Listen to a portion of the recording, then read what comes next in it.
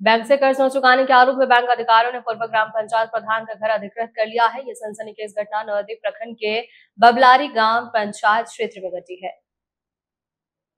याद है कि 3 अगस्त 2020 को पंचायत प्रधान रहते हुए कमल देवनाथ ने नवद्वीप कोऑपरेटिव बैंक में नित्यानंद टेक्सटाइल के नाम पर 22 लाख रुपए का कर्ज लिया था, जहां पर कमल बाबू ने कर्ज की किस्तें समय पर बैंक को नहीं चुकाई।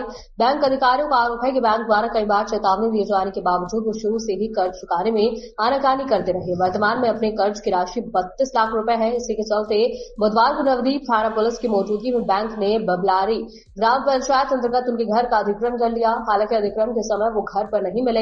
वर्तमान में कमल देवनाथ की पत्नी और परिवार के अन्य सदस्य इस घर में रहते हैं। परिवार का दावा है कि कमल बाबू इस समय काम के सिलसिले से बाहर गए हुए हैं। बैंक अधिकारी ने कहा कि घर का अधिग्रहण करने के बाद नियमानुसार इसकी नीलामी की जाएगी।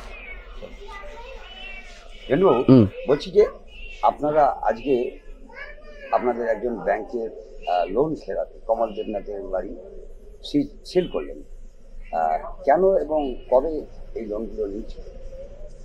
3/8/2020 সালে 3/8/2020 সালে 22 লক্ষ টাকা লোন নিয়েছিল নিত্যানন্দ টেক্সটাইলের নামে।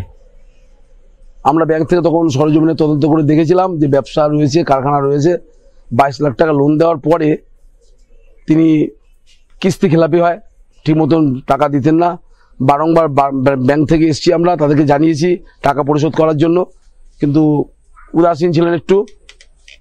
একটা নির্দিষ্ট সময় পরে তো আমাদের ওটা দিতে হয় সার্ভিসিতে, তাই আমরা সার্ভিসিতে তার নামটা পাঠিয়েছিলাম।